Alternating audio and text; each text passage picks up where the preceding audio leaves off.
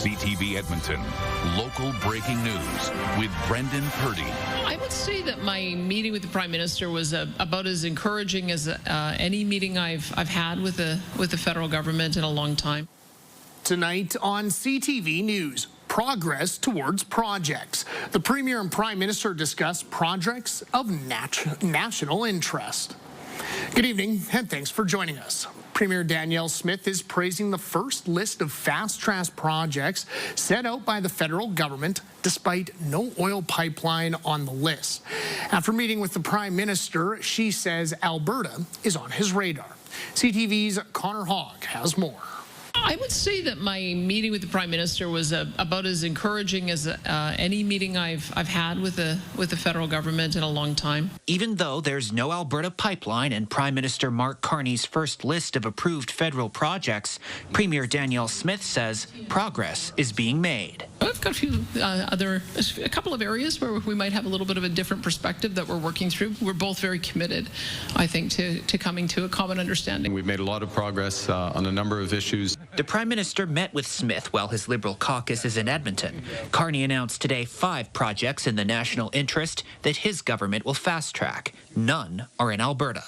Carney says the Pathways carbon capture project is being eyed for a future phase, with no current private proposal for an oil pipeline. We're focusing on what we can control, which is the regulatory authorities, the financing, the other aspects of the Pathways project, which is a necessary condition to unlock those pipelines. Both Carney and Smith spoke of how provincial and federal unity could also help with that. Smith also wants the removal of bad laws she says impact Alberta investment, as well as acknowledgement of her wish list. Do you still believe that they will be met? Before the end of the year, I do. I think it's wise for Danielle Smith to work both to advocate for Alberta's interests, but also to work collaboratively. Ultimately, that will be the key to getting some of the things that she's demanding accomplished. Political scientist Lori Williams says Smith has to balance the province's economic interests with the dissatisfaction some have with the federal government. Somehow or another, Danielle Smith needs to satisfy people who disagree about what they want and find some kind of common ground. I'm going to continue to work through to get our issues addressed, hopefully well before the end of the year, hopefully in time for that next tranche of announcements at the Grey Cup. But I would just encourage Albertans to not lose faith in the process. Connor Hogg, CTV News, Edmonton. RCMP have arrested a 14-year-old boy in relation to a weapons report at a Sherwood Park high school. RCMP say just before 2 this afternoon, police were called about a teen with what was believed to be a handgun at Archbishop Jordan High School. An RCMP spokesperson says officers quickly found and arrested the teen. He says it appears the teen was showing the gun to other students, but no threats were made. While the investigation is in the early stages, he says officers don't believe it was a working firearm and that no one was injured. Ultimately, it just shows you how serious these are. Certainly, the school is not an appropriate place to be showing a real firearm or an imitation thereof. It has no place in a school, and it's easy to understand how those things can be misinterpreted and result in a very intense police response. He says regardless of whether the gun is real or not, police may still lay charges. Edmonton police are looking for additional victims after charging a former Uber driver with sexual assault. Police arrested and charged 32-year-old Gurvinder Panu late last month. Police say in June of last year, a woman was picked up by a dark gray 2023 Nissan Rogue. She had ordered the ride through Uber. Police say during the trip, the driver stopped the car and sexually assaulted her. Investigators believe there may be more victims and are asking anyone with a similar experience to come forward. Alberta's Court of Appeal is reviewing the case involving 2 men serving time for their roles in the Coutts border blockade. Anthony Olenek and Chris Carbert were sentenced to 6.5 years for mischief and weapons possession. Olenek was also convicted of possessing a pipe bomb. The jury found them not guilty of conspiring to kill RCMP officers. The men want the appeal court to overturn their convictions or to reduce their sentence. Speed on green cameras are being reactivated at a Camrose intersection. The city was given an exemption to provincial rules banning automated traffic enforcement in most areas. CTV's Nicole Weisberg tells us why and whether other cities, such as here in Edmonton, could follow suit. A lot of traffic goes through here. The busiest intersection in Camrose will soon see a return to once was. The intersection safety device is going to be re-implemented. More commonly known as speed on green cameras will be back in action here next month after being prohibited by the province in April.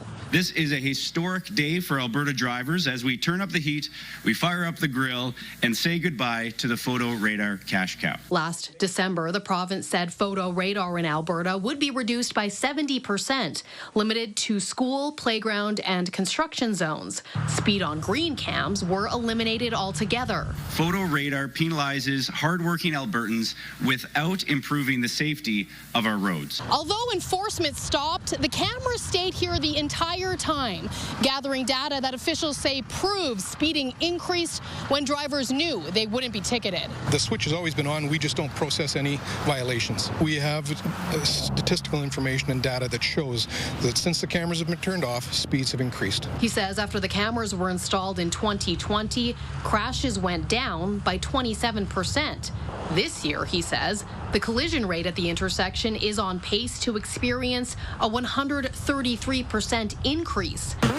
These statistics were included in a business case presented to the province to bring automated enforcement back. I just hope it works. It's nice that we've had the inroads to reinstitute it, and it's just trying to make everybody safe. That's all we're trying to do. We're not trying to make a cash cow out of it. Calgary police also announced this week 3 intersections in that city will see a return to automated enforcement. Here in Edmonton, the city says it is developing business cases to bring it back to high-risk intersections with established safety concerns. It would not say which intersections those are or when the business cases will be submitted. I don't see any reason in the world why they would do away with it. For this lifelong Camrosian, the decision here is the right one. Well, I happen to know one person that got killed at that corner. One death too many as this city looks to eliminate fatalities altogether. Reporting from Camrose, Nicole Weisberg, CTV News. Late this afternoon, the province confirmed to CTV that the only exemptions from the automated enforcement rules are the one in Camrose and 3 in Calgary. A Calgary man is facing accusations of tunneling into the apartment unit above his own. Police were called out to reports of a break-and-enter last week. A woman told officers when she came home after a trip, she found a large hole in the floor, among other things. She told police she was having issues with her downstairs neighbor. Investigators believe the person living below the woman tunneled from his suite into hers through an open space behind a fireplace. A 46-year-old man has been charged with breaking and entering. The province is spending $8 million to encourage businesses to hire younger Albertans. The new Alberta Youth Employment Incentive will be available to businesses hiring Albertans between the ages of 15 and 24. Businesses can receive a payment of either $4,000 or $7,500, depending on how many people that they hire. The province says younger people are struggling to find jobs across our country. Alberta's rapid population growth is making the job market especially difficult. These youth represent Alberta's future workforce, and it's essential that they find employment to gain confidence, build valuable experience in their early careers, and get their first start. Nonprofit youth employment organization Careers will manage the new program. Businesses can apply starting in October. The province aims to transition Albertans currently receiving Alberta Income for the Severely Handicapped benefits to a new program, the Alberta Disability Assistance Program. It claims ADAP will create more opportunities and more incentive for recipients to earn income. But Alberta disability advocates warn the program will leave people with less money and greater hardship. Kevin Green reports. The Alberta government plans to replace AISH with its new Alberta Disability Assistance Program, or ADAP, in 2026. The change lowers monthly benefits by $200 while shifting people into a system the province says will focus more on employment. In a written statement, the province says ADAP will give Albertans with disabilities more opportunity to work while continuing to receive the supports they rely on. The province says it will change the threshold at which earnings are clawed back, allowing recipients to keep more of it. The CEO of Inclusion Alberta says it won't work. It's simply not going to happen. We're not going to generate enough well-paying jobs for people for them to be better off than if they just left AISH alone. Currently, under AISH, a single person can earn just over $1,000 before clawbacks begin. That threshold drops to $350 under ADAP. For Alex Jack, the benefit reduction will mean cutting back on food. The first thing to go would be being able to feed myself because grocery prices are expensive. The government says health benefits will be protected and promises new services like training, case management, and job placements. They give one example in their materials of a guy working an extra 68 hours a month, but he's only taken home an extra $500. Critics also warn families will lose spousal and parental income exemptions. AISH eligibility will be narrowed to those deemed permanently unable to work, with others pushed into ADAP. This ADAP program is going to fail on all the metrics that the government's promised. The province expects the new system to take effect in the summer of 2026, but says it will top up benefits to current levels until sometime in 2027. Kevin Green, CTV News, Calgary. Currently, there are roughly 77,000 Albertans receiving Alberta income for the severely handicapped benefits. The mayor and Edmonton Fire and Rescue Services are marking 9/11 by honoring its fallen members. I want to take a moment to thank everyone for coming to pay their respects. The annual service was held this morning at the Firefighters Memorial Plaza on 83rd Ave. On September 11th, 2001, 343 firefighters died as a result of the hijacked flying two planes into the Twin Towers. Edmonton's fire chief says it's a day to reflect on the dangers of the job. It's so important that we take time in our year and on such a day of significance for the fire service. People give so much and ultimately some have given their lives. So the least we can do is spend some time just to remember and honour. Today's memorial honored 23 Edmonton Fire Rescue Services members who died in the last year. One retired member was recognized as a line of duty death due to occupational death. A new girls-only mechanics class at a Sherwood Park high school is proving popular. Students at Bev Facey High School say it's giving them a supportive environment to learn about cars. As Nara Manisa tells us, the class was created in response to high demand. And the level is 36, 34. Do you want to write that down? Julia Werstick is looking forward to this automotive course in her last year of high school. My old school didn't offer any mechanics program, so I actually switched this year just for the mechanics program. This is an all-girls mechanics class at Bev Facey High School in Sherwood Park. I used to take construction.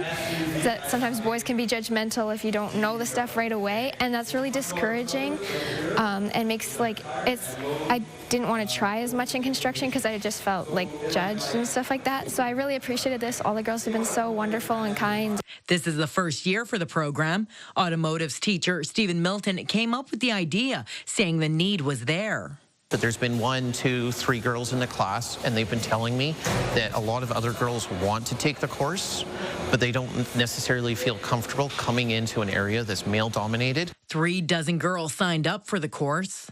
Change a tire, change a flat tire, or knowing what's happening on your vehicle. We all own a vehicle. That little bit of knowledge goes a really long ways. Alexis Craig enrolled in the class, having spent many years growing up in her father's automotive shop. Mechanics is awesome, and I feel like it's a great thing just to have, in your toolbox for when, you get your first vehicle and you're driving down the road and, you should have that basic knowledge. Everybody should. For Werstick, this could be the inspiration to open up a women's-only shop. It's easy to get taken advantage of. As a woman going into the car shop, people might tell you things that you don't actually need and charge you extra. The goal is to keep this program running every year. putting these girls in the driver's seat when it comes to their car maintenance. Nair Misa, CTV News Edmonton. Just ahead, a controversial conversation. The leader of the Parti Québécois talks separation in Alberta. Plus, breeding hope. We take you to an Alberta conservation centre looking to repopulate the country's most at-risk species. We are focused here on preserving some of Canada's most endangered species. Good evening, folks. It was a hot one today, and we'll see a few more sunny and hot days with daytime highs near 30. In fact, close to some record daytime highs for Friday and through the weekend. We'll get into all that.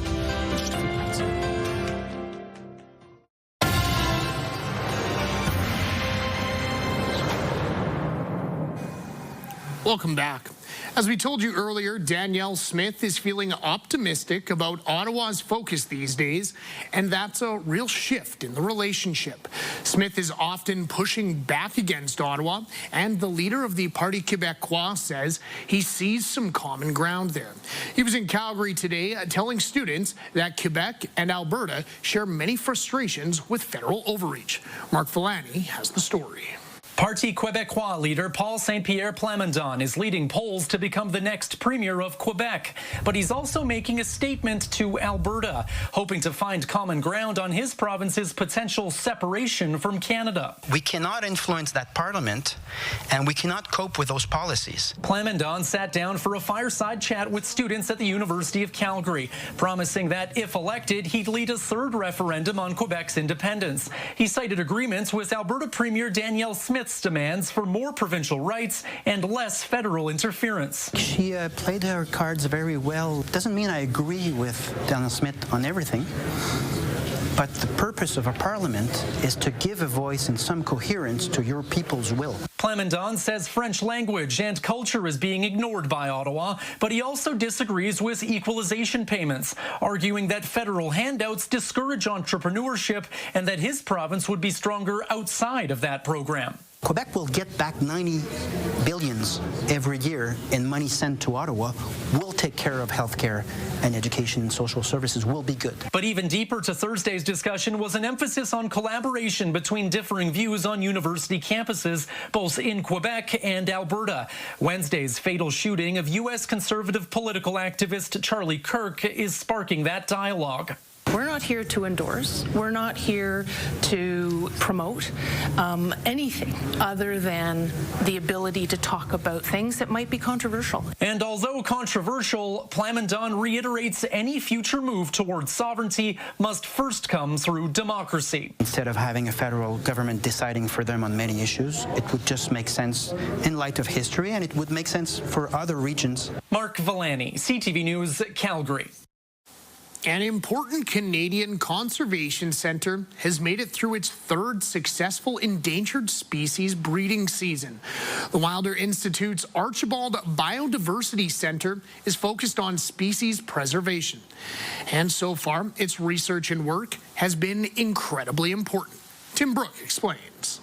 20 minutes outside of Strathmore sits one of the most important facilities in the province. We run these programs very quietly out of this very secluded site on purpose because that is the best situation for successful natural breeding. That's because at the Archibald Biodiversity Centre, population is the entire point. We are focused here on preserving some of Canada's most endangered species. In the pond building, 9 around-the-clock staff are able to breed, upkeep, and eventually release hundreds of northern leopard frog tadpoles into natural wetlands. Our goal is to establish populations at reintroduced sites near Kimberley. And across the way at the marsh, there's another at-risk species, the incredibly loud whooping crane.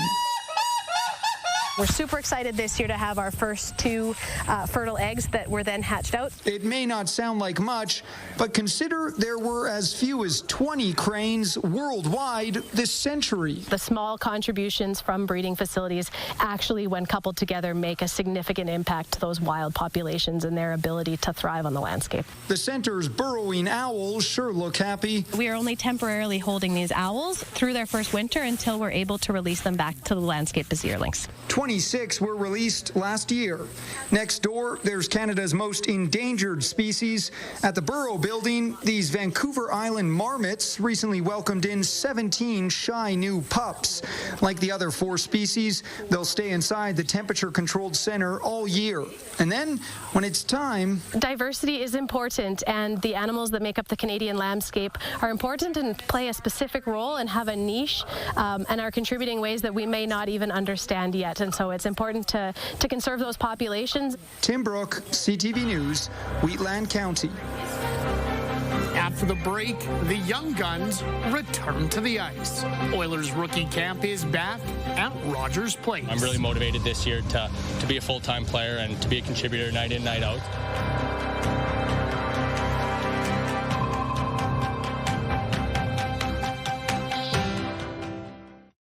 Programming brought to you by James H. Brown Injury Lawyers, the heavy hitters of injury law. Welcome back. It was a warm one today. Again, should be in the high 20s tomorrow. And again, we'll see mainly sunny skies across most of the province. You can ignore these little sprinkles. There might be a couple of hit and miss showers or thunderstorms in the southwest portions of the foothills. Saturday, a little bit of increase in cloud cover here through the morning hours and some showers pushing into northwestern Alberta. Those will graze the high level region and then move north of Fort McMurray through the afternoon on Saturday. Again, through the foothills, you might see some pop-up precipitation. But really, for the Edmonton area and surrounding regions, more sun in the forecast over the next couple of days. And the air quality, which improved through the day today, should be pretty decent, it looks like, for the next couple of days. There's today.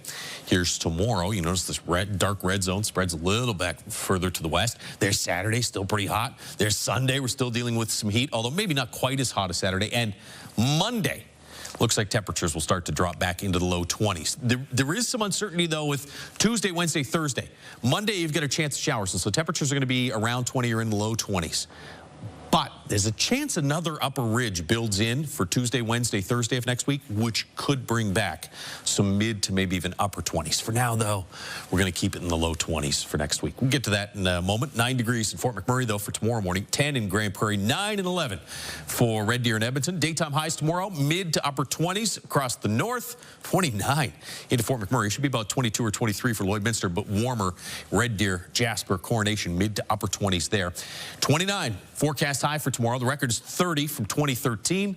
And then you can see the records for Saturday, Sunday are 29 and 28, both dating back to 1923. We'll be really close Saturday and Sunday. A chance of showers in 21 on Monday, and then around 20 for daytime highs Tuesday, Wednesday, Thursday, although the potential is there. See how things play out. Those days could be a little bit warmer. Certainly in the short term, we get a little more heat for the next few days. That is your forecast. Well, folks, it's time to get your lederhosen ready, as the largest Oktoberfest in Western Canada is officially back in the Alberta capital. Oktoberfest kicked off tonight in the Ice District's Fan Park. The 10-day event features a 30,000-square-foot beer hall tent, authentic Bavarian cuisine, live music and entertainment, plus family-friendly activities. Now, anyone with tickets to any OEG event receives free admission to Oktoberfest. We'll have over 12,000 people likely come through the doors over the next 3 weeks. Most Oktoberfest in Canada happen for one weekend. We take place over 3 weekends. We run for a duration, 7 nights this year, 10 sessions. That's not something that most organizations across Canada are doing. Oktoberfest runs Friday and Saturday for the next 3 weekends. Oilers rookies hit the ice this morning at Rogers Place. This marks the first time the rookies are on the ice after fitness and medical testing on Wednesday. Edmonton's rookie roster consists of 25 players, breaking down into 14 forwards, 7 D, and 4 goalies. Attendees include forward Isaac Howard, who was acquired with the Tampa Bay Lightning back in July, and of course Edmonton native Matthew Savoy, who is on the ice for his second Oilers rookie camp. I'm really motivated this year to be a full-time player and to be a contributor night in, night out. So, I think I had a really big summer, and I'm looking to, have a really big training camp here. I'm just happy to get going. It just feels good to be here around the rink, start finding my way. And then, we got a game tomorrow, and, it comes up quick, but it's exciting. The Rookies are set to host the Calgary Flames tomorrow at Rogers Place. Puck drop is slated for 7 o'clock. Alrighty, that's all from us on this Thursday. Thank you so much for joining us to wrap up your Thursday. We'll be back with you tomorrow night at 11:30 to close out the week. Until then, take care and goodbye for now.